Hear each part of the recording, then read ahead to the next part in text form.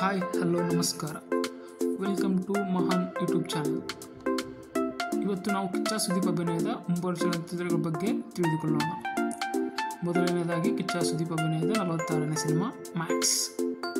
ಈ ಚಿತ್ರದ ನಿರ್ದೇಶಕರು ವಿಜಯ ಕಾರ್ತಿಕೇಯ. ಈ ಚಿತ್ರದ ನಿರ್ಮಾಪಕರು ಕಲೈಪಲ್ಲಿ ತನು. ಈ ಸಿನಿಮಾದಲ್ಲಿ ವರಲಕ್ಷ್ಮಿ ಶರತ್ ಕುಮಾರ್, ಸುನೀಲ್ ಮತ್ತು ಸಂಯುಕ್ತ ಫರ್ನಾಡೋ ಅವರು ಅಭಿನಯಿಸಿದ್ದಾರೆ.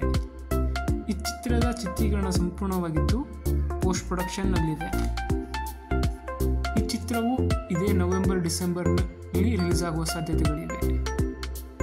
ಕಿಚ್ಚ ಸುದೀಪ್ ಅಭಿನಯದ 47ನೇ ಸಿನಿಮಾ. ಈ ಸಿನಿಮಾದ ಟೈಟಲ್ ಇನ್ನೂ ಫಿಕ್ಸ್ ಮಾಡಿಲ್ಲ. ಈ ಚಿತ್ರದ ನಿರ್ದೇಶಕರು ಚರಣ್. ಇವರು ಮೈ ಆಟೋಗ್ರಾಫ್ ಮೂವಿಯ ತಮಿಳಿನ ಡೈರೆಕ್ಟರ್. ಈ ಚಿತ್ರದ ನಿರ್ಮಾಪಕರು ಸತ್ಯಜ್ಯೋತಿ ಫಿಲಮ್ಸ್.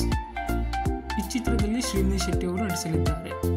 ಈ ಚಿತ್ರದ ಚಿತ್ರೀಕರಣ ಇದೇ ಅಕ್ಟೋಬರ್ನಲ್ಲಿ ಶುರುವಾಗಲಿದೆ. ಕಿಚ್ಚ ಸುದೀಪ್ ಅಭಿನಯದ 48ನೇ ಚಿತ್ರ KK ದ ಫಿಲ್ಮ್. ಈ ಚಿತ್ರವನ್ನು ಸ್ವತಃ ಸುದೀಪ್ ಅವರು ನಿರ್ದೇಶನ ಮಾಡಲಿದ್ದಾರೆ. ಈ ಚಿತ್ರದ ನಿರ್ಮಾಪಕರು KRG ಕನೆಕ್ಟ್ಸ್.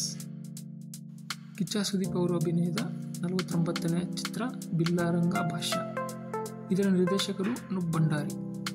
ಈ ಚಿತ್ರವು ದೊಡ್ಡ ಬಜೆಟ್ನ ಚಿತ್ರವಾಗಿದ್ದು 2 ಪಾರ್ಟ್ನಲ್ಲಿ ರಿಲೀಸ್ ಆಗಲಿದೆ. ಈ ಚಿತ್ರದ ಚಿತ್ರೀಕರಣವು ಮುಂದಿನ ವರ್ಷ ಶುರುವಾಗಲಿದೆ.